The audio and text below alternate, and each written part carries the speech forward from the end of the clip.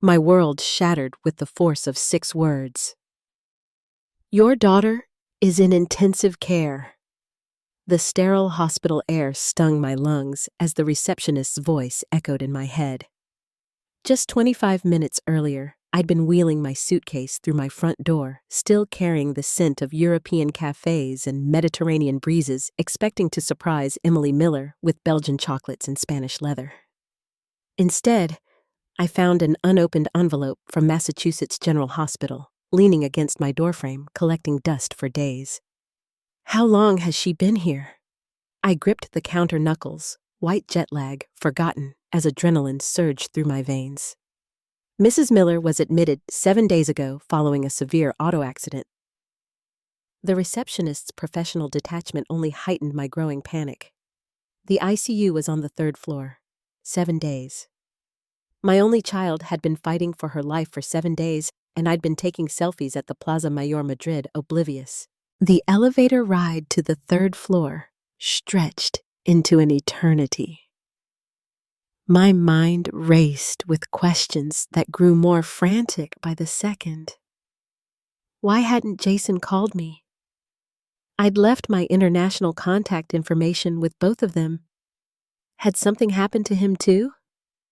The ICU doors whispered open, revealing a nurse's station where a middle-aged woman looked up from her computer. I'm Karen Mitchell. I said, my voice surprisingly steady despite the earthquake inside me. My daughter, Emily Miller, is here. I just found out. Recognition flashed in the nurse's eyes. Carol, according to her badge. Mrs. Mitchell, we've been trying to reach family members all week. Her voice held a note that sent ice through my veins. Your daughter's condition has been critical since admission. Where's her husband? I demanded. Jason should be here. He should have called me immediately. Carol's eyes flicked toward a colleague before returning to mine. Mr. Miller was here briefly during admission. He signed the initial paperwork but hasn't returned since. We've called him multiple times regarding medical decisions. The floor seemed to tilt beneath me. That's impossible, I whispered, though something cold and certain was already forming in my gut. He wouldn't just leave her. Carol's expression remained neutral, but her eyes told a different story. Dr. Anderson is your daughter's attending physician. He'll be making rounds soon to discuss her condition. Would you like to see Emily now? I nodded, suddenly terrified of what awaited me. I should prepare you, Carol said gently as she led me down the corridor. She has extensive injuries and is currently on ventilator support. Nothing, not her warning, not my decades of professional composure, not the countless crisis management situations I'd navigated in my career, could have prepared me for the sight that greeted me when we entered room 318. My beautiful, vibrant Emily lay suspended in a web of medical technology. Tubes snaked from her mouth, her arms disappearing beneath the thin hospital blanket. Her face, the face I'd memorized from her first newborn moments, was swollen beyond recognition, mottled with deep purple bruising.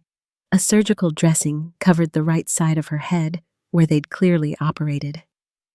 Casts encased her left arm, and right leg elevated slightly on pillows. The steady beep of heart monitors and the rhythmic whoosh of the ventilator were the only sounds in the room. Emily! I choked out, carefully taking her unbandaged hand. Her skin felt cool beneath my fingers. Nothing like the warm, animated daughter who hugged me fiercely before my vacation. I'm here, baby. Mom's here now. Carol checked various monitors with practiced efficiency. She's been stable for the past 36 hours, which is a positive sign. The neurosurgery team successfully reduced the intracranial pressure from her head trauma. What exactly happened? I managed to ask, not taking my eyes from Emily's face, searching for any flicker of response to my voice. According to the police report, her husband was driving. The vehicle was traveling at approximately 88 mph when it lost control and hit a concrete divider. Carol's clinical description couldn't mask the horror of what she was saying. Your daughter wasn't wearing a seatbelt. she was partially ejected through the windshield. My knees buckled. Carol guided me quickly to the chair beside the bed. "And Jason?" I asked, a strange calm descending over me as something primal began to replace shock. "Was he injured? Minor lacerations and bruising. He was treated in the ER and released that same night." Released. The word hung in the air between us. Jason had walked away from the hospital from Emily with scratches, while she lay shattered, fighting for every breath. "I'll need copies of all her medical records," I said, my voice dropping to the precise, measured tone that had made junior executives tremble during my 30-year career in finance. "And the police report?" Carol nodded, seeming almost relieved by my composure. "I'll have everything prepared. And Mrs. Mitchell, it's good you're here. She needs an advocate right now." After she left, I leaned close to Emily's ear, careful not to disturb any of the equipment keeping her alive. "Listen to me, sweetheart. I'm not going anywhere. I'm going to find out exactly what happened, and I promise you, I will get answers." I squeezed her hand gently, hoping somewhere in the darkness of her unconsciousness she could feel I was there. Then I pulled out my phone, the executive in me taking control, while the mother in me fought back tears, the questions hammered in my mind with every beep of Emily's heart monitor. Where was Jason? Why hadn't he called me? Why would he abandon his wife in this sterile room of machines and tubes? What could possibly be more important than being by her side? My fingers hovered over his contact. I'd start with a simple text. No accusations, no emotions that might make him defensive. Just a mother looking for her daughter's husband during a crisis. "Jason, I'm at Massachusetts General Hospital with Emily. Please call me immediately." I sent it, then turned back to my daughter, gently brushing a strand of hair from her forehead, careful to avoid the bruising. "I'm going to find him, Emily," I whispered. "And I'm going to find out why he left you here alone." The monitor beeped steadily as I settled into the chair beside her bed. My body exhausted from travel, but my mind razor-sharp with purpose. My European vacation felt like a distant dream, now replaced by a single mission. Discover the truth about what happened to my daughter, and why the man who vowed to love her in sickness and in health was nowhere to be found. I had no idea then how deep this rabbit hole would go, or how dark the answers would be. But as I watched my only child fight for her life, one thing became crystal clear. Whoever Jason Miller really was, whatever he was hiding, he had picked the wrong mother to underestimate. The antiseptic hospital air burns my lungs as I stand frozen in the ICU doorway, staring at the unrecognizable face of my daughter. 7 days she's been here, broken, intubated, fighting for life while I wandered European streets oblivious to her suffering. The rhythmic whoosh of the ventilator punctuates the nurse's clinical explanation. High-speed, crash concrete barrier ejection through windshield. And Jason, released the same night with minor scratches, vanished without a trace, leaving Emily to fight alone. As I hold my daughter's cold hand, something ancient and primal awakens within me. The mother whose child lies wounded. The hunter whose target has revealed himself. Each beep of the heart monitor sharpens my focus. Each whoosh of the ventilator fuels my resolve. The questions multiply with every passing moment. Where is he? Why did he leave her? What could be more important than sitting vigil beside his broken wife? I don't have answers yet. But as I send that first text message to Jason, I make a silent vow to my unconscious daughter. I will find him. I will discover the truth. And if he has betrayed her trust, heaven help him when I do. 2. Hours into my vigil at Emily's bedside, Jason still hadn't responded to my message. Each passing minute crystallized my suspicion that something was deeply wrong. The husband who had tearfully promised to cherish my daughter in sickness and in health just 9 months ago couldn't be reached while she lay fighting for her life, doctor. Anderson, a neurosurgeon with kind eyes and a direct manner, had come and gone outlining Emily's injuries in excruciating detail. Traumatic brain injury requiring surgery to relieve pressure, punctured lung, lacerated liver, compound fracture of the right femur, multiple broken ribs. The litany of damage turned my stomach, but his cautious optimism about her chances for recovery gave me something to cling to. She's young and was in excellent health before the accident. He assured me those factors significantly improve her prognosis, though recovery will be lengthy. When he left, I turned my attention to the stack of documents Carol had provided: police reports, medical records, and insurance forms. The clinical language couldn't mask the horrifying reality. Jason had been driving 89 mph in a 40 zone. His blood alcohol level was 0.1 TW, well above the legal limit. He'd walked away with minor cuts while my daughter had nearly died, and then he'd vanished. Mrs. Mitchell. Carol appeared in the doorway. "There's an officer here who'd like to speak with you. He was the first responder at your daughter's accident." Officer Collins was stocky and serious, with the weathered look of someone who'd seen too many preventable tragedies. He explained that they'd been trying to reach Jason for follow-up questions about the accident. "We have reason to believe Mr. Miller may have been texting at the time of the crash in addition to the alcohol in his system," he said, his voice quiet but firm. "The impact angle suggests he wasn't watching the road for several seconds before collision." White-hot rage surged through me. "Have you filed charges?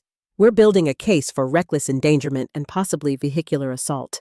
His disappearance complicates matters." Officer Collins hesitated. "Mrs. Mitchell, do you have any idea where your son-in-law might be?" I shook my head, then paused. "Not yet, but I intend to find out." After he left, I returned to my methodical investigation. I tried calling Jason again, straight to voicemail. I checked the location sharing app Emily had set up for family emergencies. Jason's phone location services were turned off. Next, I logged into my banking app. As a wedding gift, I'd added Emily and Jason to one of my accounts, providing them access to emergency funds if needed. I scrolled through recent transactions looking for any clue to Jason's whereabouts. What I found stopped my heart. A series of large withdrawals and charges had begun exactly 1 day after Emily's accident. Hotel charges and Fort Lauderdale restaurant bills exceeding $1 million, a yacht rental company, designer boutiques, cash withdrawals totaling over $18,000. While my daughter lay unconscious, her husband was on a spending spree in Fort Lauderdale. My hands trembling with rage, I opened Instagram and searched for Jason's account. He rarely posted, preferring to live life in the moment, as he always claimed. But perhaps his friends weren't so discreet. I didn't have to search long. Jason had been tagged in multiple photos posted just hours earlier by someone named Tyler Brooks. The images showed a luxury yacht filled with laughing people holding champagne flutes. Jason stood center frame in several shots, his arm around a bikini-clad woman who definitely wasn't my daughter. His face unmarked except for a small bandage above his eyebrow, the only visible evidence of the crash that had shattered Emily's body. The caption read, "Living the dream with the boys. 4 days in and no signs of stopping. Yacht life, Fort Lauderdale, living blessed. 4 days. He'd been partying for 4 days while Emily fought for her life." I zoomed in on the images, studying details with cold precision. The yacht's name was visible in one shot, Silver Horizon. The coastline of Fort Lauderdale provided the backdrop. In another photo, Jason held up a bottle of vintage champagne, laughing into the camera.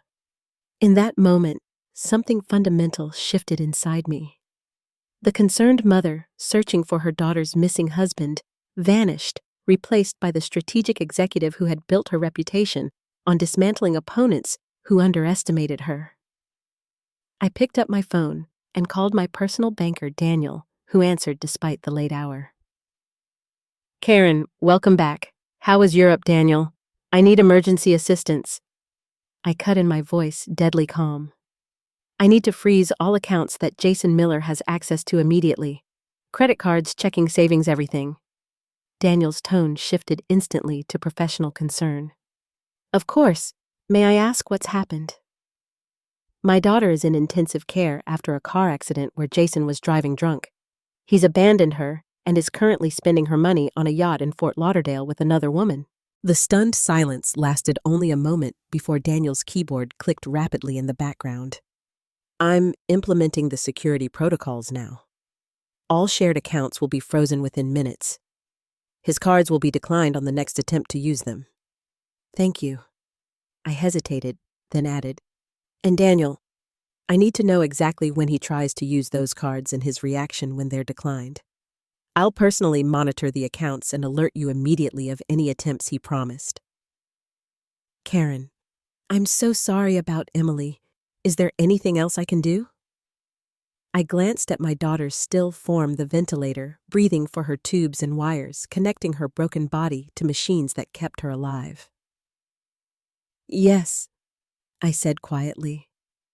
"I need you to compile a complete financial history of every transaction Jason has made since marrying Emily. Every purchase, every transfer, every withdrawal. I need to know exactly what he's done with my daughter's money." "I'll have it for you first thing tomorrow," Daniel assured me.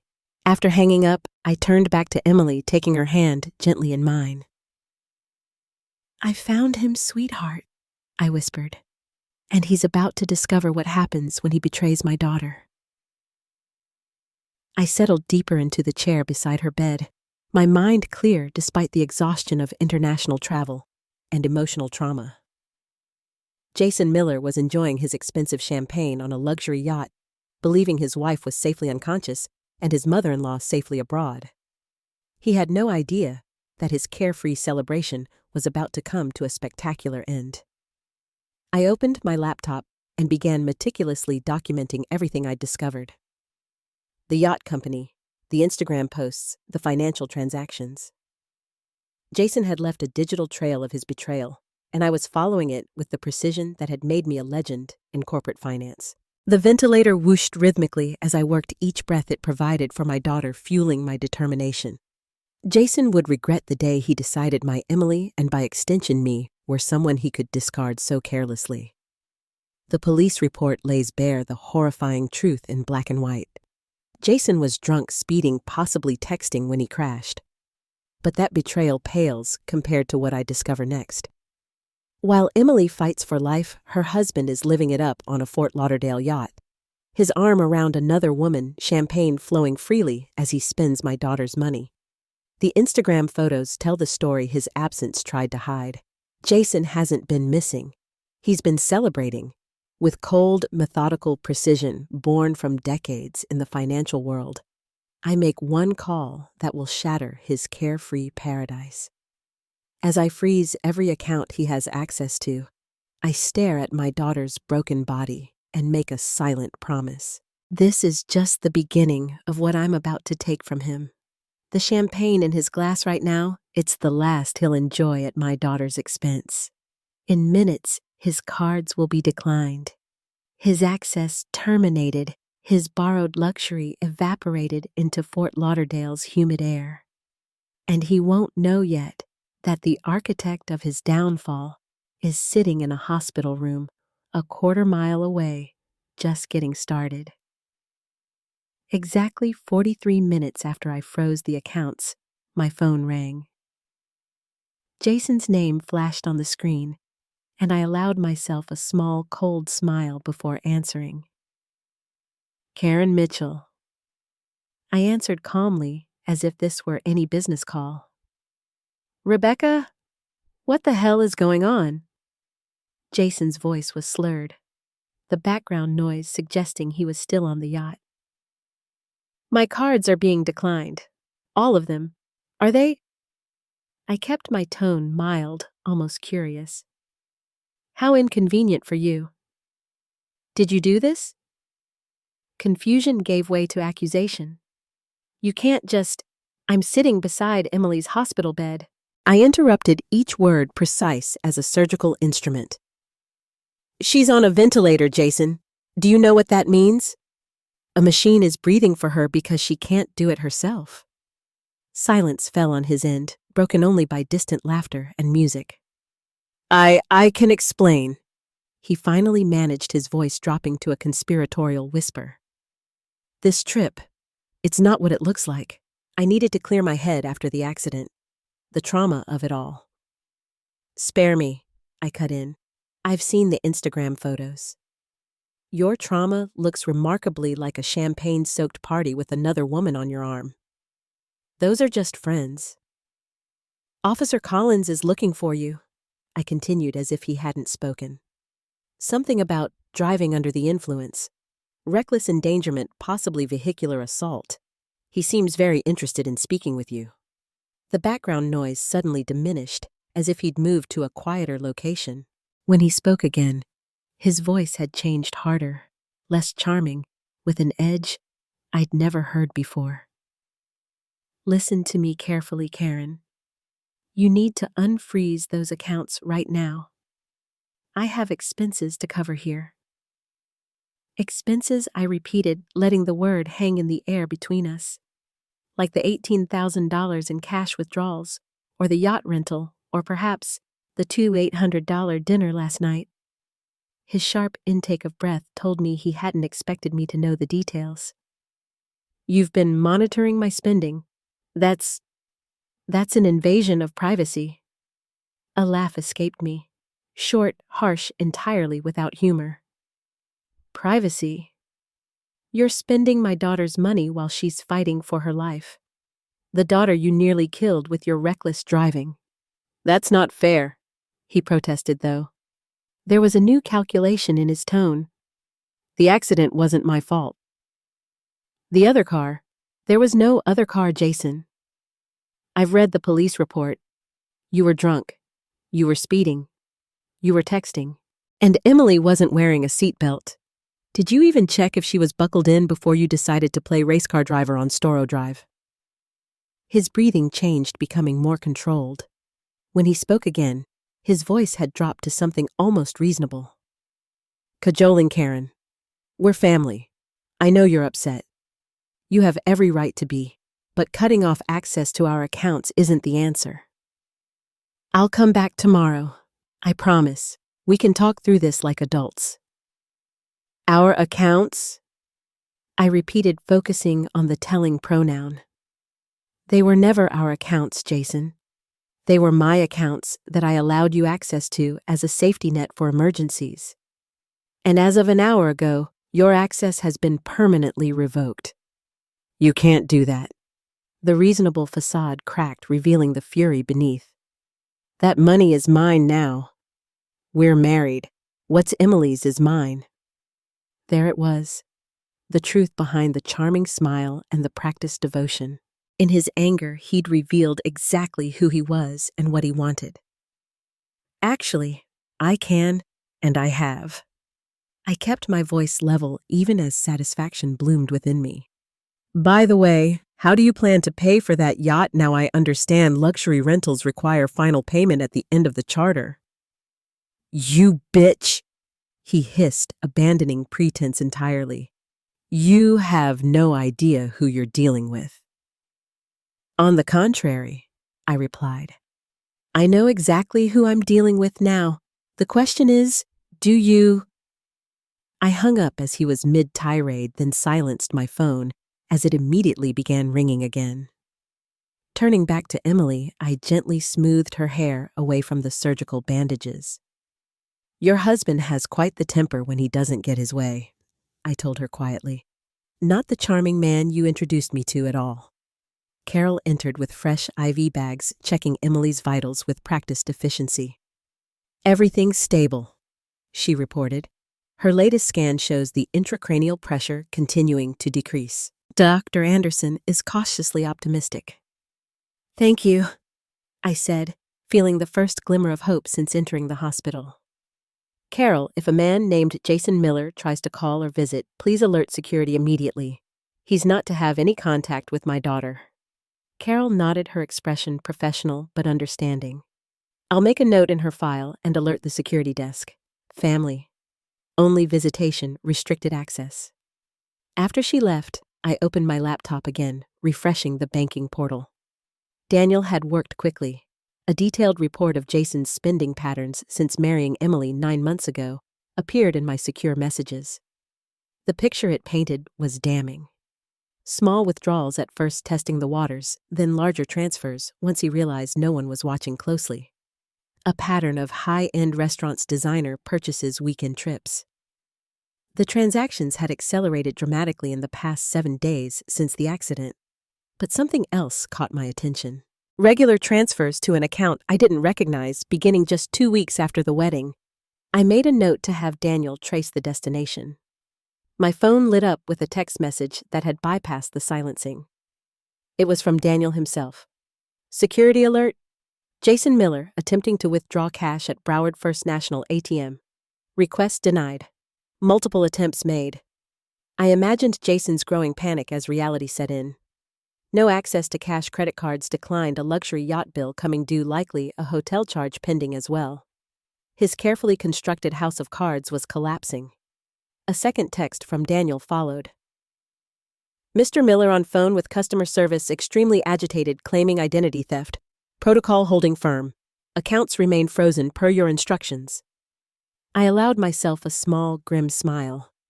Jason's charm wouldn't work on the bank's security protocols. Those had been designed to withstand far more sophisticated manipulators than him. My laptop pinged with an email notification. Someone named Tyler Brooks, the same person who had posted the yacht photos, had just tagged Jason in a new video on Instagram. Curiosity piqued. I clicked the link. The video showed Jason in what appeared to be the yacht's main cabin, screaming into his phone, face contorted with rage. The caption read, "When the cards get declined and the party's over, someone's in trouble. Meltdown on champagne problems." I watched cold satisfaction spreading through me as Jason threw what could only be described as a tantrum, hurling a champagne glass against a wall, while whoever was filming laughed in the background. So much for the devoted husband act, I murmured to Emily. Your friends are documenting your complete meltdown for social media, Jason. Not a good look. I downloaded the video, adding it to my growing file of evidence. Then I sent a quick message to Officer Collins, letting him know that Jason Miller could be found on a yacht called Silver Horizon in Fort Lauderdale. The ventilator continued its rhythmic whooshing as I settled back in the chair beside Emily's bed. Phase 1 of my response was complete, cutting off Jason's financial access. Phase 2, legal consequences, was now in motion, and I was just getting started. Morning arrived at Massachusetts General Hospital with the shift change of nurses. I dozed intermittently in the recliner beside Emily's bed, waking at every change in the rhythm of her monitors, every entrance of medical staff checking vitals. Carol finished her night shift with a gentle update. She had a stable night. That's positive, especially with brain injuries. I nodded gratefully, stretching stiff muscles that protested the uncomfortable sleeping arrangement. Any word on when they might try reducing the sedation? Dr. Anderson will discuss that during rounds. The latest scans are encouraging. She hesitated, then added, Officer Collins called the nurses' station around 4:30 a.m. He asked that you contact him when you're available. My phone had accumulated dozens of notifications overnight. Multiple missed calls from Jason, increasingly desperate voicemails, text messages alternating between threats and pleas. Omana di Messi. Several alerts from Daniel detailing continued attempts to access frozen accounts, and most interestingly, a string of notifications from social media where Jason's yacht meltdown had gained unexpected traction. After freshening up in Emily's private bathroom and obtaining blessed coffee from the nurses' lounge, I called Officer Collins. Mrs. Mitchell, he answered promptly. I wanted to update you on the situation with your son-in-law. You found him? I asked, stepping into the hallway to avoid disturbing Emily. Broward County Sheriff's Office made contact with Mr. Miller last night aboard the yacht you identified. They were unable to detain him on our charges immediately due to jurisdictional procedures, but they did inform him he's wanted for questioning in Boston, so he's still free. I stated flatly for now. But there's been a development. Colin's voice took on a note of satisfaction. It seems Mr. Miller was unable to pay for his yacht charter. When the company attempted to process his card for the final payment this morning, it was declined. All his alternative payment methods were similarly rejected. I allowed myself a small smile. How unfortunate for him indeed. The charter company has filed charges for theft of services. Broward County is now actively looking for him again, as he apparently left the marina sometime during the night. So he's on the run. I concluded, it appears. So we flagged his passport in case he attempts to leave the country, though that seems unlikely given his financial situation. Collins paused. Mrs. Mitchell, I should warn you, individuals in his position often attempt to contact family members for assistance. If he reaches out, he already has. I informed him multiple times. I have no intention of helping him evade responsibility. After ending the call, I returned to Emily's bedside, updating her one-sided on recent developments, as I'd been doing since arriving. The nurses had encouraged me to speak to her normally, explaining that many coma patients later reported awareness of conversations during their unconscious state. Your husband is having a very bad morning, sweetheart, I told her gently, holding her uninjured hand. Turns out, luxury yachts expect payment. Who knew Dr. Anderson arrived for morning rounds bringing cautiously optimistic news? Emily's latest brain scans showed reduced swelling. If the improvement continued, they planned to begin reducing her sedation tomorrow to assess her neurological function. Recovery from traumatic brain injuries is rarely linear, he cautioned. We need to prepare for a long road ahead with potential setbacks. I understand, I assured him. I'm not going anywhere. After he left, I opened my laptop to review Daniel's overnight report. He'd successfully traced the mystery account receiving regular transfers from Jason. It belonged to Amanda Pierce in Sarasota, Florida. The name meant nothing to me, but a quick social media search revealed a stunning brunette in her early 30s, whose profession was listed as wellness consultant and lifestyle coach.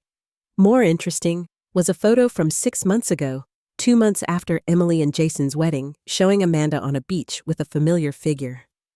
The caption read, "Weekend getaway with my love secret rendezvous." The man's face wasn't visible, just his back as he gazed out at the ocean, but I recognized Jason's distinctive shoulder tattoo. The tribal design he claimed represented freedom and ambition. My blood ran cold. Jason hadn't just abandoned Emily after the accident. He'd been betraying her all along. I was still processing this discovery when my phone chimed with a text from an unknown Fort Lauderdale number. Karen, it's Jason. My phone died. We need to talk. This has all gone too far. I'm coming back to Boston today. Please call me. I ignored it, focusing instead on composing an email to Daniel requesting everything he could find on Amanda Pierce. If Jason had been funneling my daughter's money to this woman, I wanted to know exactly how much and for how long. My phone chimed again. I know you're reading these. Look, I screwed up, okay? But cutting me off completely is extreme. I need access to at least one card to get home to Emily. Don't you want me there with her? The audacity was breathtaking. After abandoning her for 7 days to party in Fort Lauderdale with another woman, likely one of many, if Amanda Pierce was any indication, he was attempting to portray himself as the concerned husband desperate to return to his wife's side. A third message arrived. If you don't help me, I'll have to explain to Emily why her mother left me stranded without resources. Is that what you want when she wakes up? For her to know you tried to destroy our marriage. There it was. The threat, the manipulation, the calculated play on family loyalty. I could almost admire the technique if it weren't so transparent. My response was brief. Officer Collins is eager to speak with you about driving under the influence and reckless endangerment. I suggest you use your return to Boston to visit the police station first. As for resources, perhaps Amanda Pierce in Sarasota can help. His reply came instantly. Who the is Amanda? What are you talking about? I didn't bother responding. Instead, I forwarded our entire text exchange to Officer Collins, adding Amanda Pierce's information and the evidence of Jason's ongoing infidelity. The morning progressed with a steady stream of medical personnel checking Emily's condition. Physical therapists moved her limbs gently to prevent muscle atrophy. Respiratory specialists adjusted ventilator settings. Each interaction reinforced the severity of her injuries and the long recovery ahead. Recovery that Jason had clearly had no intention of supporting until his financial access was cut off. Shortly after noon, Daniel called with another update. Karen Jason Miller just tried to use his secondary credit card, the one he kept in Emily's name, but that you weren't aware of until yesterday. And I prompted, stepping into the hallway again. We froze that one too, of course, but here's the interesting part. He was attempting to purchase a one-way ticket to Cabo San Lucas, Mexico, not Boston. So much for his text about rushing back to Emily's side. Can you send me the details? Already done. I've also taken the liberty of alerting the airline security team since using Emily's credit card while she's incapacitated constitutes potential fraud. Thank you, Daniel, I said, genuine appreciation in my voice.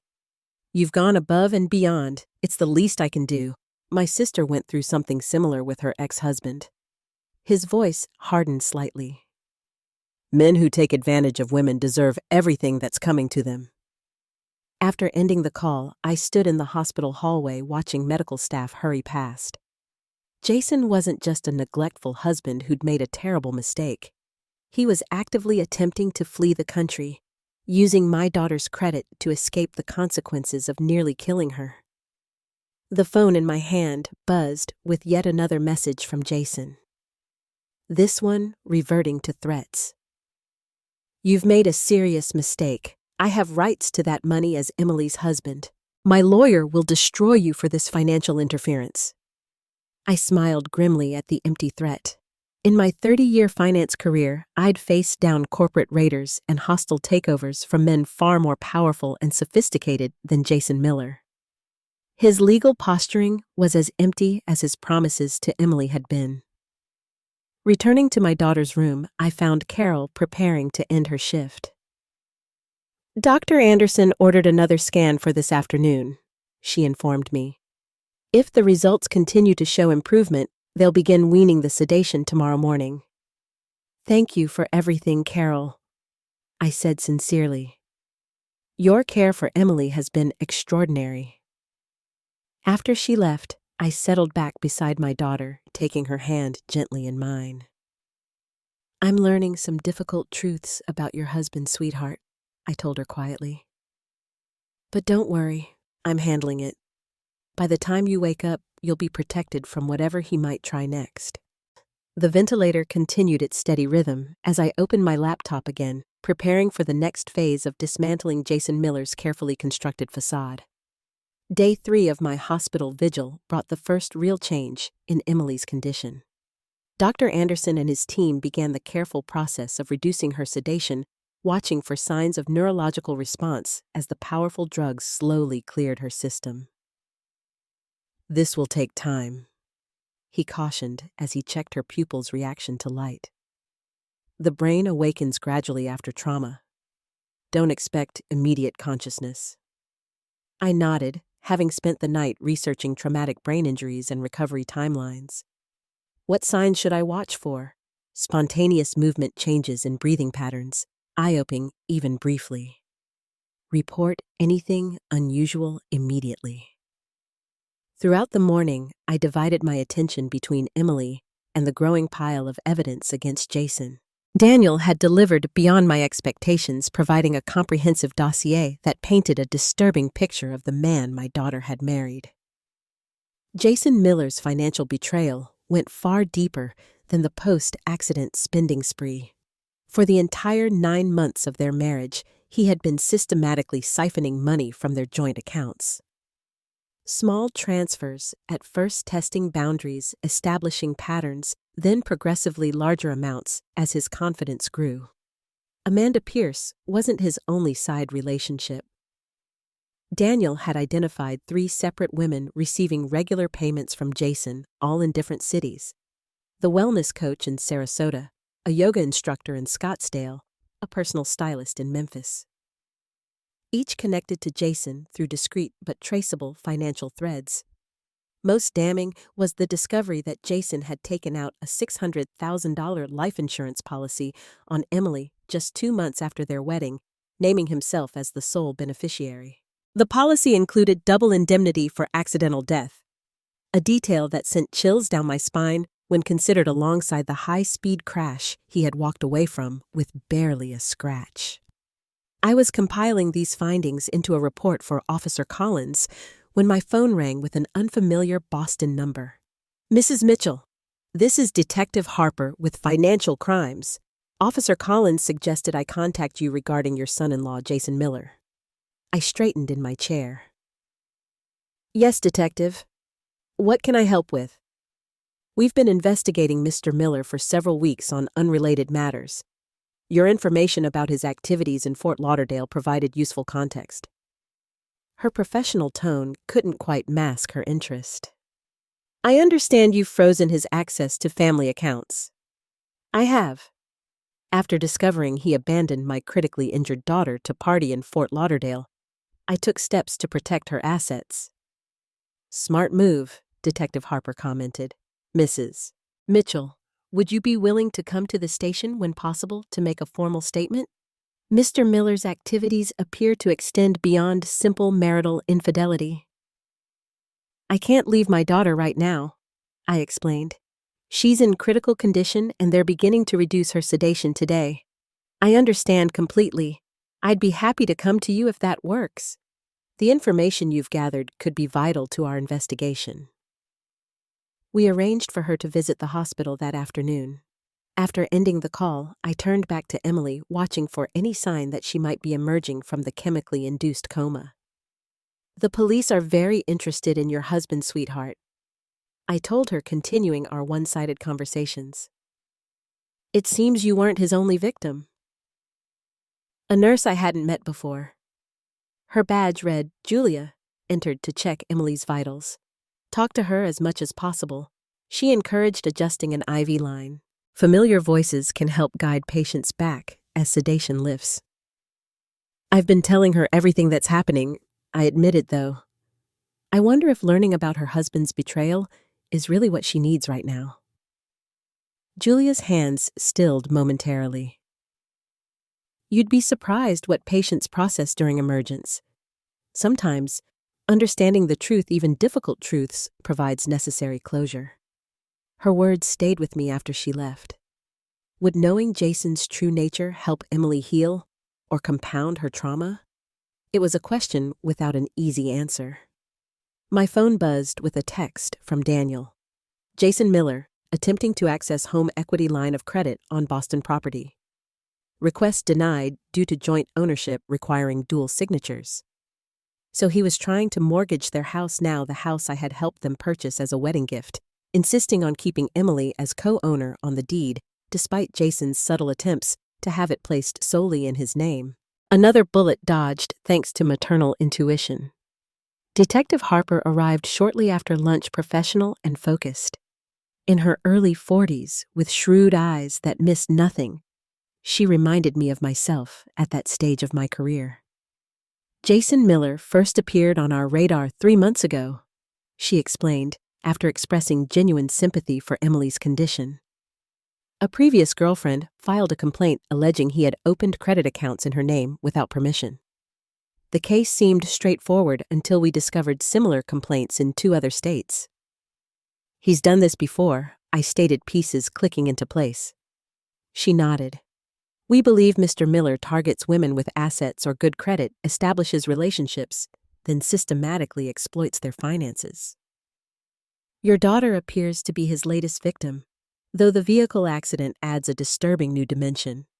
I shared everything I had discovered. The multiple women receiving payments, the life insurance policy, the attempted escape to Cabo San Lucas, Mexico. Detective Harper took careful notes, occasionally asking clarifying questions. The Broward County Sheriff's Office have issued a warrant for his arrest on the theft of services charge, she informed me. Once apprehended, we can extradite him to face charges here in Boston. What about the accident? I asked. Emily nearly died because of his reckless driving. Officer Collins is building that case separately. The blood alcohol evidence combined with the speed and texting creates a strong foundation for serious charges. She hesitated. Mrs. Mitchell, given the life insurance policy and the pattern of behavior, were also investigating whether the accident was entirely accidental. The implication hung in the air between us. Had Jason deliberately caused the crash, hoping to collect on Emily's insurance? The thought was almost too monstrous to contemplate. You think he tried to kill her? I said flatly. We're exploring all possibilities, Detective Harper replied carefully. The policy, his immediate abandonment of the scene, the attempt to flee the country. These raise serious questions. After she left, I sat beside Emily, processing this darker possibility. The ventilator continued its steady rhythm, though the doctors had adjusted the settings as they monitored her ability to initiate breaths independently. I knew something was off about him from the beginning, I told her quietly. But I never imagined anything like this. I'm so sorry I didn't protect you better. A slight twitch of Emily's fingers against mine sent my heart racing. I watched intently, wondering if I'd imagined it when it happened again. A definite if weak pressure against my hand. Emily. I leaned closer, squeezing her hand gently. Can you hear me, sweetheart? No further response came, but I immediately alerted the medical team. Dr. Anderson confirmed it was a positive sign, though he cautioned against expecting too much too soon. The journey back from brain injury is measured in small victories, he reminded me. This is a good sign, but patience remains essential. That evening, as I prepared for another night in the uncomfortable recliner, my phone rang with a number I didn't recognize. Thinking it might be related to the investigation, I answered. Mrs. Mitchell. A woman's hesitant voice came through. You don't know me, but I think we need to talk about Jason Miller. Who is this? I asked, instantly alert. My name is Rachel Hayes. I was engaged to Jason 2 years ago before he met your daughter. Her voice trembled slightly.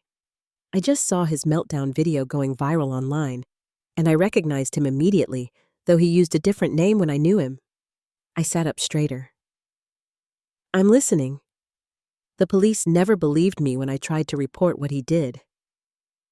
Maybe they'll believe you. She took a deep breath. Mrs. Mitchell. Jason isn't just a cheater and a thief. He's dangerous. And if what I'm reading online about your daughter's accident is true, then history is repeating itself in the worst possible way. What do you mean? I asked, though a terrible suspicion was already forming. 2 years ago, Jason, or Jason as I knew him then, took out life insurance on me. 3 weeks later, he was driving when we had a serious accident.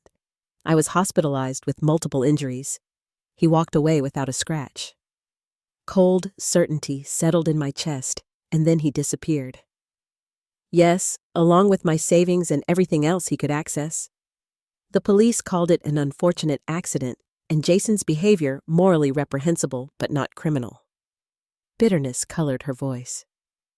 I've spent the past 2 years rebuilding my life and credit. Rachel, I said, my executive mind already calculating the implications of this new information. Would you be willing to speak with the detectives investigating Jason? Your experience could be crucial evidence. That's why I'm calling. I saw the news about your daughter, and I couldn't stay silent this time. Not if he's hurt someone else the same way. After getting her contact information and connecting her with Detective Harper, I returned to Emily's bedside with renewed determination. Jason Miller hadn't just betrayed my daughter. He had potentially tried to kill her as part of a pattern of predatory behavior targeting women. The small pressure of Emily's fingers against mine earlier took on new significance. She was fighting her way back to a world where her husband was not who she thought he was, where the life she had built was constructed on lies. I would make sure she didn't face that reality alone. And I would ensure that Jason Miller never had the opportunity to harm another woman again. Outside the hospital window, Boston's lights glittered against the night sky as I settled in for another vigil beside my daughter. The battle for justice had just gained powerful new ammunition, and for the first time since finding Emily in the ICU, I felt absolute certainty that Jason would pay for what he had done, not just to Emily, but to all the women whose lives he had systematically destroyed. Squeeze my hand if you can hear me, Emily. 4 days after my return, my daughter's eyelids fluttered in response to my voice. The medical team had been gradually reducing her sedation, and signs of consciousness had been increasing. Small movements, changes in breathing patterns, and now this deliberate response to verbal commands. Dr. Anderson observed with measured optimism as Emily's fingers weakly contracted around mine. "Excellent," he noted, making an entry in her chart. "Purposeful movement is a very positive indicator. We'll proceed with removing the ventilator today if her respiratory parameters remain stable." The rush of emotion nearly overwhelmed me. After days of uncertainty, watching machines breathe for my child. This simple gesture, squeezing my hand, felt miraculous. As the doctor left, my phone vibrated with a text from Detective Harper. "Miller located and detained in Key Largo, attempting to board private boat to Turks and Caicos, being held for Broward County charges. First then, extradition to Boston. We'll update when transfer scheduled." Jason's desperate flight had ended. After the yacht incident and credit freeze, he had apparently convinced someone to drive him to Key Largo, where he'd attempted to bribe a fishing boat captain to take him to the Turks and Caicos. The captain, recognizing him from news reports about the viral meltdown video, had alerted authorities. "They've caught him, Emily," I told her, continuing our one-sided conversations that now seemed increasingly likely to be heard. "Jason won't hurt you or anyone else again." Throughout the day, Emily showed more signs of emerging consciousness. By evening, the respiratory team successfully removed the ventilator, replacing it with supplemental oxygen delivered through a nasal cannula. Watching her breathe independently for the first time in 13 days brought tears to my eyes. That night, as I dozed in the recliner beside her bed, a hoarse whisper woke me. "Mom." I bolted upright to find Emily's eyes open, confused but unmistakably aware. The moment I'd been praying for had arrived with stunning suddenness.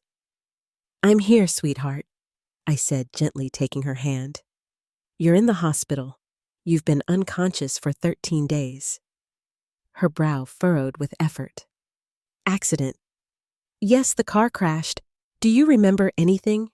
She closed her eyes, fatigue evident even after this brief exchange. Jason, driving fast, arguing, then nothing. They had been arguing. Another piece of the puzzle clicked into place. "Rest now," I soothed, pressing the call button for the nurse. "I'll be right here when you wake up." As medical staff rushed in to assess her awakening, I stepped into the hallway. Emotion finally overwhelming my carefully maintained composure. My daughter was back. The road to recovery remained long, but this crucial first step filled me with renewed determination. Jason Miller might have taken many things from Emily, but he wouldn't take her future. Not while I had anything to say about it. I texted Detective Harper with the update. "Emily awake and speaking. Remembers arguing with Jason before crash. We'll update as she recovers more memories." Her reply came quickly. "Excellent news on both counts. Miller being processed in Broward County. Evidence mounting daily. We'll talk soon." Justice was coming, and Emily was awake to see it served. He said I was holding him back. 3 days after regaining consciousness. Emily's voice was stronger, though still raspy, from the intubation. We sat in her hospital room, now modified for her improving condition. The head of the bed elevated fewer monitoring wires, physical therapy equipment, ready for the beginning of her long rehabilitation process. Jason kept talking about this big Fort Lauderdale real estate opportunity. She continued, her fingers absently tracing the edge of her blanket. Someone he met at a networking event was offering him a partnership position. He wanted me to liquidate my investment portfolio to fund it. I kept my expression neutral, letting her tell the story at her own pace. Memories were returning in fragments, some clear, others hazy, all painful. I refused. Emily said, a flash of her inherent strength showing through. I told him the numbers didn't add up, that I wouldn't risk our security on another one of his sure things. He got so angry. Mom, I'd never seen him like that before. What happened next? I prompted gently when she fell silent. We were driving home from dinner. He'd been drinking, checking his phone constantly. I remember telling him to slow down. Her voice faltered. He said something like, "You never support me," and then went even faster. I was scared. I remember reaching for my seatbelt, and then nothing until waking up here. Each word confirmed what I'd pieced together through bank records, police reports, and witness statements. Jason had deliberately endangered Emily when she refused to fund his latest scheme, possibly hoping for insurance money if the worst happened, certainly punishing her for standing in his way. "Sweetheart, there are some things you need to know about Jason." I began carefully. "While you were unconscious, I discovered information that's going to be difficult to hear." Over the next hour, I gently explained what I'd uncovered. The financial exploitation, the other women, the life insurance policy, his abandonment after the accident. I deliberately omitted Rachel Hayes' experience for now, not wanting to overwhelm her with the suggestion that the crash might have been intentional. Emily listened in silence, tears streaming down her face. When I finished, she stared out the window for several long moments. "I feel so stupid," she finally whispered. "How did I not see any of this?" "You're not stupid," I countered firmly. "Jason is a practiced manipulator. He's done this before, targeting successful women for financial gain. But I should have known. The signs were there. Mysterious business trips, unexplained expenses, his resistance to financial transparency." She looked down at her damaged body, still encased in casts and bandages. "I guess I'm paying the price for that blindness now." "No," I took her uninjured hand. "You're not to blame for his actions, and he will be held accountable. Jason has been arrested in Florida. He's facing multiple charges here in Boston, including reckless endangerment and financial fraud." A shadow crossed her face. "He'll probably charm his way out of it. He's very convincing when he wants to be." "Not this time," I assured her, allowing a small, grim smile. "I've made sure of that." I explained the evidence trail I'd compiled, the police investigation, and the financial protections I'd put in place. For the first time since awakening, a hint of relief softened Emily's expression. "Thank you for being here," she said quietly. "For handling everything while I couldn't." "That's what mothers do," I replied simply. Dr. Anderson arrived for afternoon rounds, pleased with Emily's neurological progress, but cautious about the long rehabilitation ahead. Physical therapy would begin tomorrow, the first step in a recovery process measured in months, not days. After he left, Emily's expression turned contemplative. "You cut your trip short, didn't you? You weren't supposed to be back for another 2 days when the accident happened." I nodded. "I decided to surprise you." "Good thing I did. If you hadn't come back early—" She didn't finish the thought, but she didn't need to. We both understood the implications of what might have happened if Jason had maintained control of her care and finances. "I've been thinking," she said after a moment, "when they finally discharge me, I don't want to go back to the house. Too many memories there." "You'll stay with me," I assured her. "I've already started preparing the guest suite on the first floor, so you won't have to manage stairs during recovery." Relief washed over her features. "What about the house? Jason's name is on the deed too." Actually, it isn't. I smiled at her surprised expression. Remember how Jason kept forgetting to sign those final ownership transfer papers? I insisted on keeping the property in your name until those documents were completed. Another instance of maternal intuition I'm particularly grateful for now. For the first time since the accident, Emily laughed. A small, pained sound, but genuine. You never trusted him, did you? Let's say I had reservations, I admitted, but I respected your choice and hoped I was wrong. Next time, don't be so respectful, she said dryly. Just tell me when you think I'm making a terrible mistake. Deal. I agreed, relieved to see glimpses of her spirit returning despite everything. My phone chimed with a message from Detective Harper. Miller's extradition approved. Transfer to Boston scheduled for tomorrow. Prosecutor adding charges based on new evidence from financial investigation. Would Miss Miller be ready for preliminary statement within the week? I showed the message to Emily, who straightened slightly against her pillows. Yes, she said firmly. I want to tell them everything I remember. I want him to face consequences for what he did. As I typed the affirmative response, I felt a shift in the atmosphere from shock and grief towards something more resolute. The road to recovery remained daunting, but Emily was facing it with growing determination. The first sparks of her inherent strength rekindling. Jason had underestimated both Mitchell women. A mistake he would have ample time to contemplate from behind bars. Are you absolutely certain you want to do this? I studied Emily's face, searching for any sign of hesitation.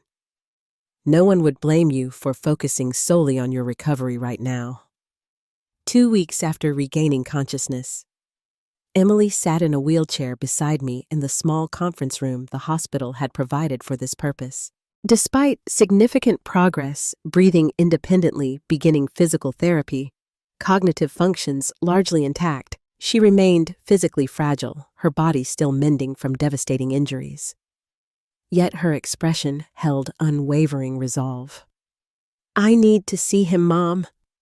I need him to look me in the eye after what he did. Detective Harper had arranged this controlled confrontation at Emily's request. Jason, now in custody in Boston, had agreed to the meeting, likely hoping to manipulate his way back into Emily's good graces, unaware that she now knew everything. Remember, this is being recorded, Harper reminded us from her position near the door. Anything said can be used as evidence. I'll be right here the entire time. Emily nodded, adjusting the light blanket covering her legs. The surgical incisions, casts, and visible bruising told the story of Jason's recklessness more eloquently than any words could. When the door opened and officers escorted Jason in, I felt Emily tense beside me. He looked markedly different from the charming son-in-law I remembered, unshaven, hollow-eyed, the confident posture replaced by slumped shoulders. The orange jumpsuit completed the transformation from successful real estate broker to criminal defendant. His eyes widened at the sight of Emily's injured state, a flicker of genuine shock crossing his features before his expression rearranged into practiced concern. Liv. He began, his voice soft, with rehearsed emotion. My God, I've been so worried. They wouldn't let me see you. Emily said nothing, simply watching him with an intensity that seemed to unnerve him. This is all a huge misunderstanding. He continued, directing his gaze to include me. Karen, you have to believe me. I panicked after the accident. It was traumatic seeing Emily injured, and I made terrible choices afterward, but I never intended any harm. The performance was impressive, the right mix of remorse and earnestness, the subtle quiver in his voice suggesting overwhelming emotion. Had I not seen the evidence of his true nature, I might almost have believed him.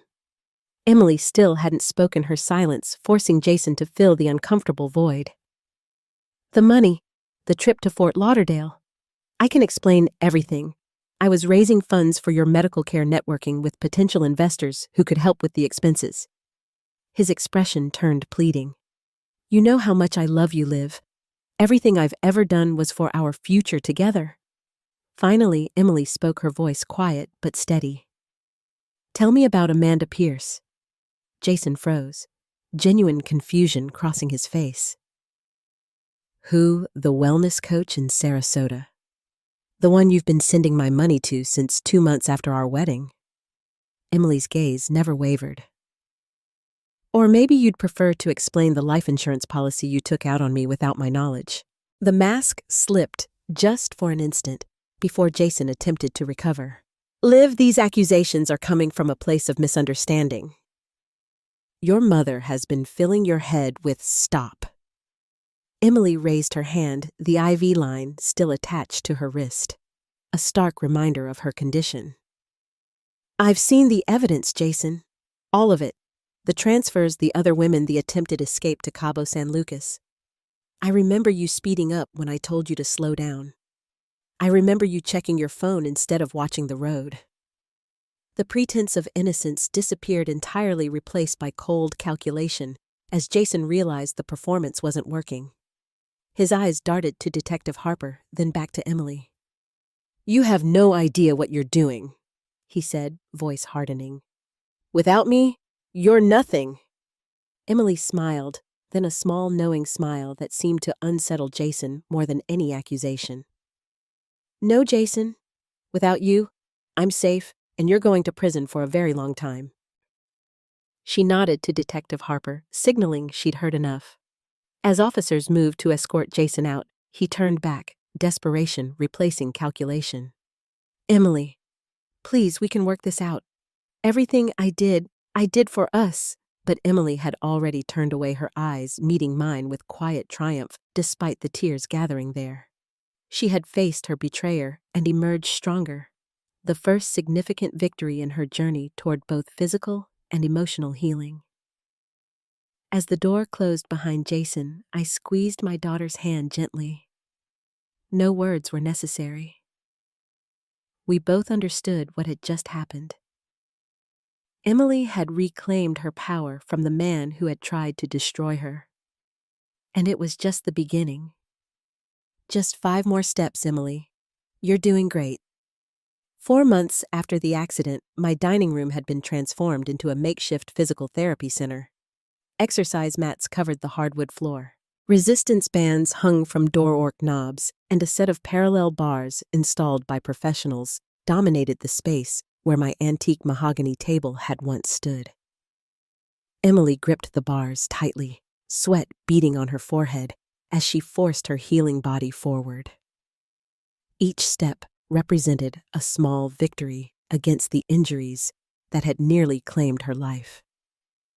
The wheelchair sat empty at the end of the bars, a reminder of how far she'd come and how far she still had to go. Last one, encouraged Aaron, the physical therapist who came to our home 3 times weekly. Push through it. With a determined grunt, Emily completed the final step, then sagged slightly against the bars. Done, she announced, triumph evident despite her exhaustion. That's 2 more than yesterday, Aaron noted, making an entry in her treatment log. Your endurance is definitely improving. I watched from the doorway, a cup of tea cooling in my hands, unwilling to interrupt this hard-won moment of achievement. Emily's recovery had progressed in fits and starts. Neurological function returning more quickly than physical strength. Cognitive processing occasionally lagging behind both. The traumatic brain injury had left subtle deficits that revealed themselves in unexpected ways. Difficulty finding words, sometimes emotional regulation challenges, persistent headaches that medication only partially addressed. Yet her determination never wavered. Each setback seemed to fuel her resolve rather than diminish it. Mom, did you hear Emily called, spotting me in the doorway? 2 more steps than yesterday. I heard, I replied, entering the room as Aaron helped her transfer back to the wheelchair. Absolutely fantastic progress. At this rate, we might transition to a walker within a few weeks. Aaron suggested packing her equipment, though we'll take that decision day by day based on stability and endurance. After the therapist departed, I wheeled Emily to the kitchen for lunch. These ordinary moments, sharing meals, discussing news planning, small outings to the garden when weather permitted, had taken on profound significance. Each represented normally reclaimed from the chaos Jason had created. Detective Harper called while you were in therapy. I mentioned setting a plate of chicken salad before her. Jason's legal team is pushing for a plea deal. Emily's hand paused halfway to her water glass. What kind of deal? They're offering guilty pleas on the financial fraud and reckless endangerment charges in exchange for dropping the attempted murder investigation. The prosecutor had been building a case that the accident wasn't simply reckless driving, but a deliberate attempt on Emily's life.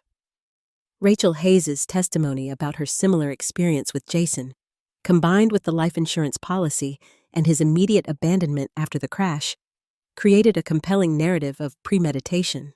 What does Harper recommend? Emily asked, her voice carefully neutral. She believes the evidence supports continuing with all charges, but acknowledges that attempted murder cases with circumstantial evidence can be challenging to prove beyond reasonable doubt. I kept my tone factual, allowing Emily space to form her own opinion. The proposed plea would still result in significant prison time, 8 to 12 years. A full trial with all charges could potentially mean 20+ years if convicted, or acquittal on the most serious charges if the jury isn't convinced. Emily considered this as she ate. The deliberate movements reflecting the occupational therapy exercises she practiced daily, rebuilding fine motor control alongside gross motor skills. What would you do? She finally asked. I chose my words carefully. I believe in certainty over potential. A guaranteed decade in prison means Jason can't harm anyone else during that time. A trial means reliving everything in excruciating detail with no guaranteed outcome. That's my thinking too, Emily nodded. I want this chapter closed so I can focus entirely on rebuilding my life, not relitigating how he destroyed it. Her practical approach made me proud, another sign of the resilient woman emerging from this ordeal. Where Jason had seen weakness to exploit, I saw extraordinary strength being forged through adversity. I'll call Harper back and let her know your thoughts, I promised. Your input will carry significant weight in their decision. After lunch, I helped Emily transfer to the comfortable recliner in the sunroom, her favorite afternoon spot where physical comfort met mental stimulation. Books, tablets, and sketchpads surrounded her tools for both entertainment and cognitive rehabilitation. The financial team called this morning too, I mentioned as I adjusted her leg support. They've recovered approximately 75% of what Jason diverted from your accounts. The remainder was spent, but they believe the restitution order will eventually recover that as well. Honestly, I care less about the money than making sure he can't do this to anyone else, Emily admitted. Though I'm grateful for your financial expertise through all of this, I can't imagine navigating these waters alone. You would have managed, I assured her. You're more capable than you give yourself credit for. She smiled ruefully. Maybe, but I'm still glad I didn't have to. The doorbell rang, announcing the arrival of Dr. Foster, the neuropsychologist who visited weekly to assess Emily's cognitive recovery and provide specialized therapy for the brain injury aspects of her trauma. Same time tomorrow for our garden walk, I confirmed before leaving her to the session. Wouldn't miss it, Emily replied. I'm aiming for 3 laps tomorrow. In my home office, I returned Detective Harper's call, relaying Emily's thoughts on the plea deal. Then I opened my laptop to review the latest updates from Daniel regarding Jason's frozen assets and the ongoing financial recovery efforts. A notification appeared in my email, the prosecutor's office, confirming Jason's acceptance of the plea agreement. 12 years with possibility of parole after 9 restitution orders for the full amount stolen, registration as a financial offender upon release, restricting his future access to certain positions of financial trust. Not perfect justice, perhaps, but substantial consequences for a man who had likely never faced any in his life before now. I forwarded the confirmation to Emily's tablet with a brief note. "It's done. His sentencing is scheduled for next month, but you won't need to attend unless you choose to. Love, Mom." Her reply came moments later. "Thank you for everything. I choose to spend that day in physical therapy, instead investing in my future rather than his past." The wisdom in that response brought tears to my eyes. Despite everything Jason had done, the physical trauma, the financial abuse, the profound betrayal of trust, he had failed in his most fundamental aim. He hadn't broken Emily's spirit. If anything, her inner strength had emerged more clearly defined through this crucible of suffering. As I gazed out the window at the garden, where tomorrow we would measure recovery in carefully counted steps, I reflected on how our roles had evolved through this crisis. I had begun as protector, becoming investigator, then advocate. Now, increasingly, I was simply witness to my daughter's remarkable resilience, supporting her journey rather than directing it. Jason Miller had gravely underestimated both Mitchell women. A miscalculation that had cost him his freedom and would define the next decade of his life. For Emily and me, however, the focus remained steadfastly forward on healing, on rebuilding, on reclaiming the future he had tried to steal, one step at a time. Ladies and gentlemen, the gallery is proud to present Fragments and Wholeness, A Journey Through Trauma and Recovery by Emily Miller. 14 months after the accident, I stood at the back of the crowded art gallery, watching my daughter navigate the space in her sleek titanium walker.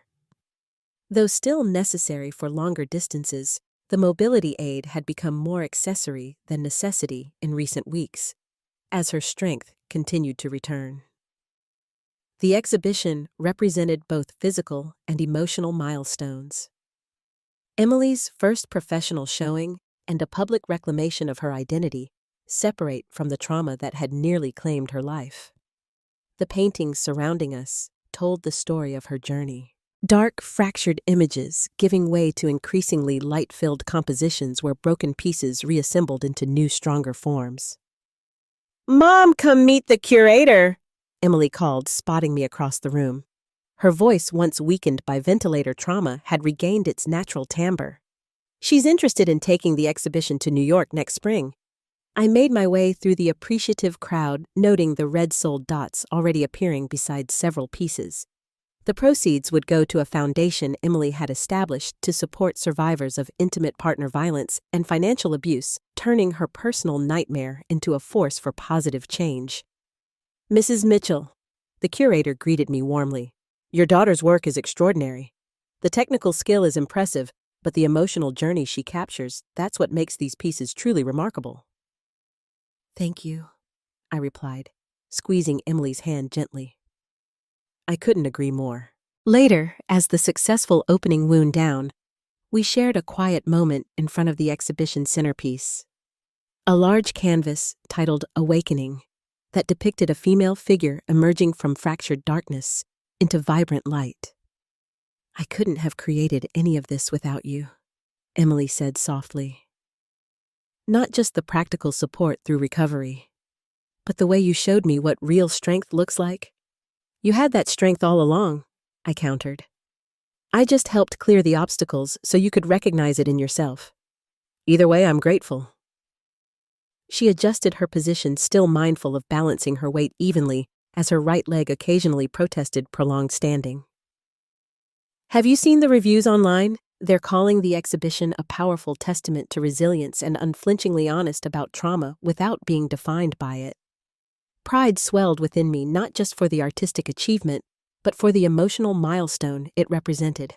Emily had transformed her experience, metabolizing pain into creativity, trauma into connection with others who might benefit from her story. The foundation received 3 major donations during the opening. She continued checking the notification on her phone, including one from Daniel's bank for their community outreach program. Daniel had remained a steadfast ally throughout the past year, helping Emily rebuild her financial independence with the same dedication he'd shown in freezing Jason's access that first desperate day. His bank's donation to her foundation represented a full-circle moment neither of us could have imagined amid the hospital monitors and ventilator alarms. Detective Harper called yesterday, I mentioned, as we prepared to leave the gallery. Miller's appeal was denied. The conviction stands. Emily nodded, absorbing this information with the calm detachment she'd cultivated toward her ex-husband. Good though, honestly, he occupies less and less space in my thoughts these days. The most profound victory, perhaps. Jason's diminishing relevance to her present and future. Outside Boston's spring evening welcomed us with gentle warmth. Emily had progressed far enough in physical therapy to manage the 2 blocks to the restaurant where we had dinner reservations. I walked beside her, matching my pace to hers, ready to support, but not hovering. Do you remember what you told me in the hospital after I first regained consciousness? She asked as we waited for a traffic light about how you'd ensure Jason never hurt me or anyone else again. I remember I acknowledged recalling those raw early days when rage and protective instinct had driven my every action. You kept that promise in ways I couldn't have imagined then. She shifted her walker, slightly adjusting for comfort. But what I've realized is that the most powerful protection wasn't freezing his accounts or gathering evidence for the prosecution. Oh, I raised an eyebrow, curious where her thoughts were leading. It was showing me that his betrayal didn't define me, that I could lose what I thought was love and still be whole. That recovery isn't just about regaining what was lost, but discovering what might be gained. Her eyes clear and focused in ways that neurologists had once cautiously hoped for met mine directly. You showed me how to fight without becoming bitter, how to seek justice without being consumed by it. The light changed, and we crossed the street together, moving forward in tandem as we had throughout this unexpected chapter of our lives. The exhibition catalog arrived this morning, Emily continued. I was saving this surprise, but I can't wait any longer. She pulled a glossy booklet from her bag and opened it to the dedication page. For my mother, Karen, who taught me that our greatest strength often emerges from our deepest wounds. Your fierce love and unwavering presence transformed a nightmare into a path forward. This journey of fragments becoming wholeness belongs to both of us. Emotion tightened my throat as I read the words, recognizing in them the extraordinary woman my daughter had become, not despite her trauma, but in conscious integration of it into a larger, more compassionate understanding of life's fragility and resilience. You know, when I came back early from vacation that day, I had no idea what awaited me. I reflected as we continued toward the restaurant. All I wanted was to surprise you with Spanish leather and Belgian chocolates. Instead, you ended up orchestrating financial warfare from a hospital chair. Emily laughed, the sound free and genuine in ways that had seemed impossible during those dark early days. Maternal instinct takes unexpected forms sometimes. I agreed with a smile. At the restaurant, we were shown to a private table overlooking the river. The maitre d' presented champagne with a flourish. To celebrate your successful opening. Miss Miller, as we raised our glasses, I studied my daughter's face in the warm lighting. The physical scars had faded with time and excellent medical care. The emotional wounds had transformed into wisdom and purpose. What remained was essentially Emily, but with new dimensions, stronger, more intentional, profoundly connected to her authentic self, to fragments becoming wholeness. She toasted, echoing her dedication. And to new beginnings, I added, clinking my glass gently against hers. Outside, Boston continued its evening rhythm, indifferent to our private celebration.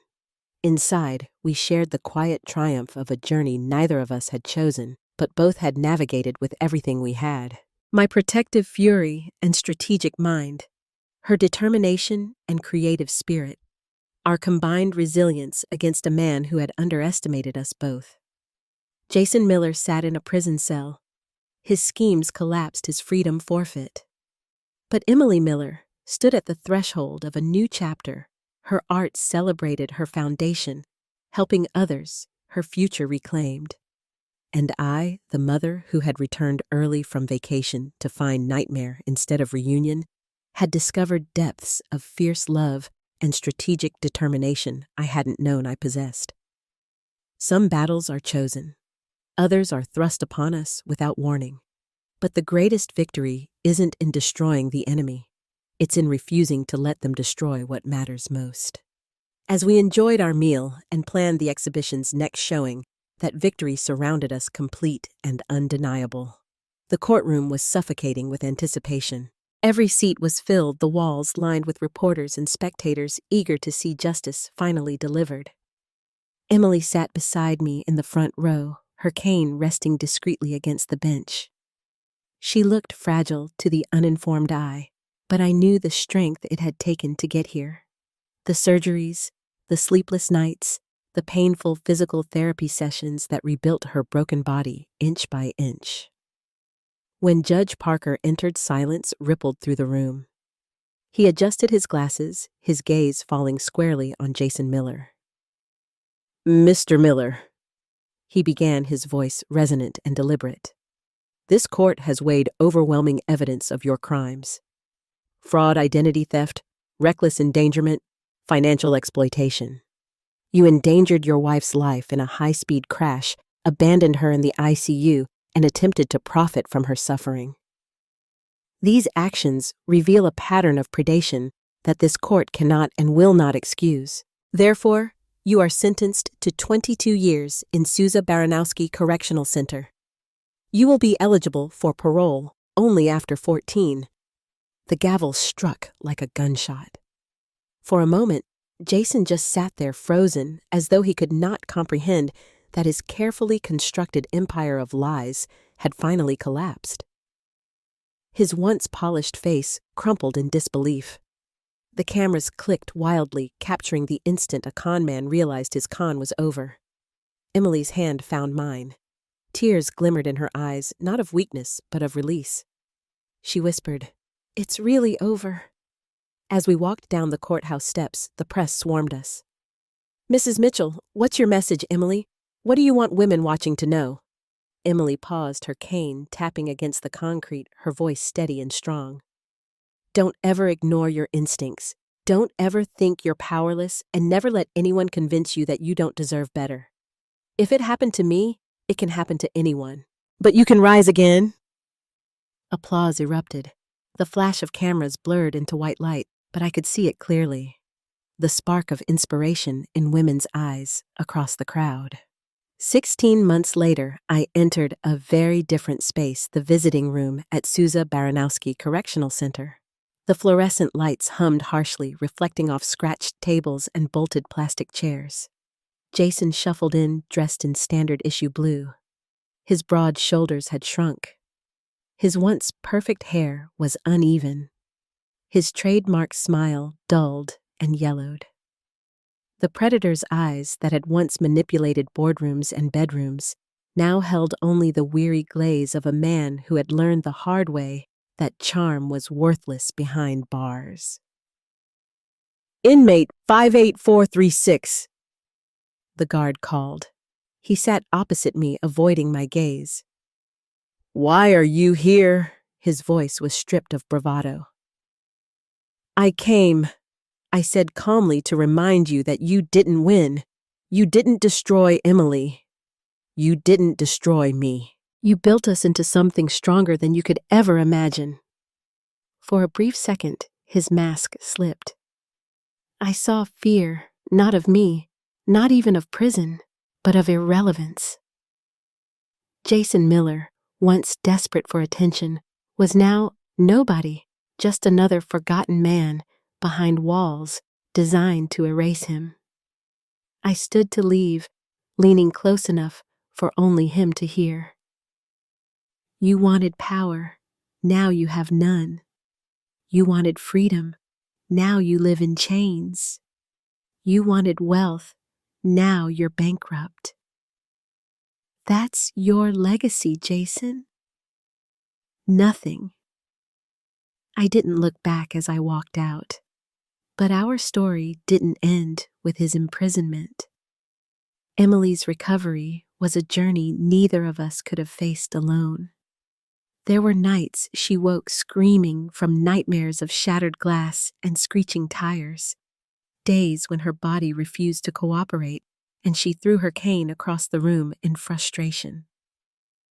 I was there for every setback and every tiny victory. And somewhere along the way, she stopped being just my daughter. She became my partner in rebuilding a life from ashes. Together, we started speaking at women's shelters, community centers, and later at national conferences. Emily would stand, her voice trembling at first, but growing steady as she shared her story. How love had turned into manipulation.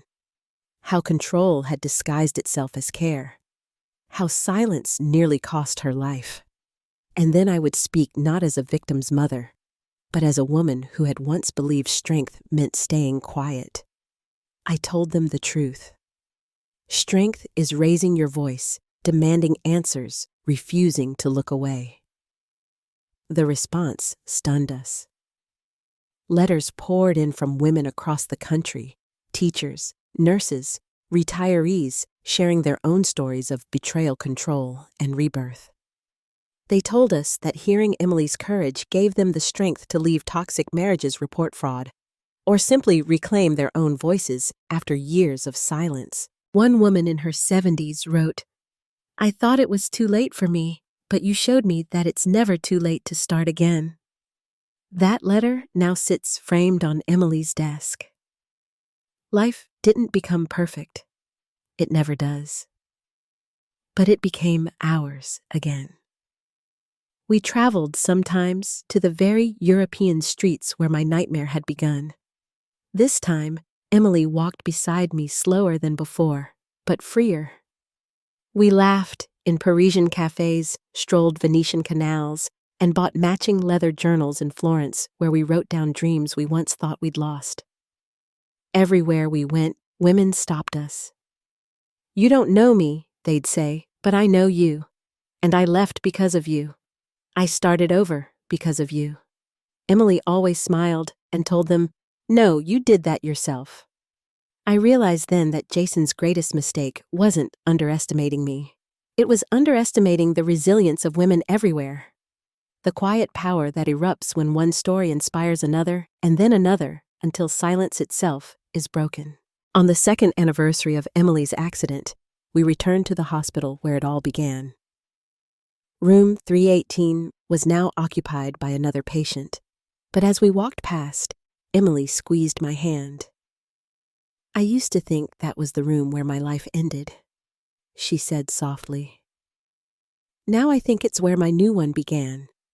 I nodded, tears rising, but not from grief, from gratitude. Jason Miller remained behind bars, his name fading from headlines, his voice silenced. But our story, our truth, had taken on a life of its own. And as I looked at my daughter, alive, stronger, unbroken, I knew this was the ending women everywhere needed to hear. We survived. We rose, and so can you.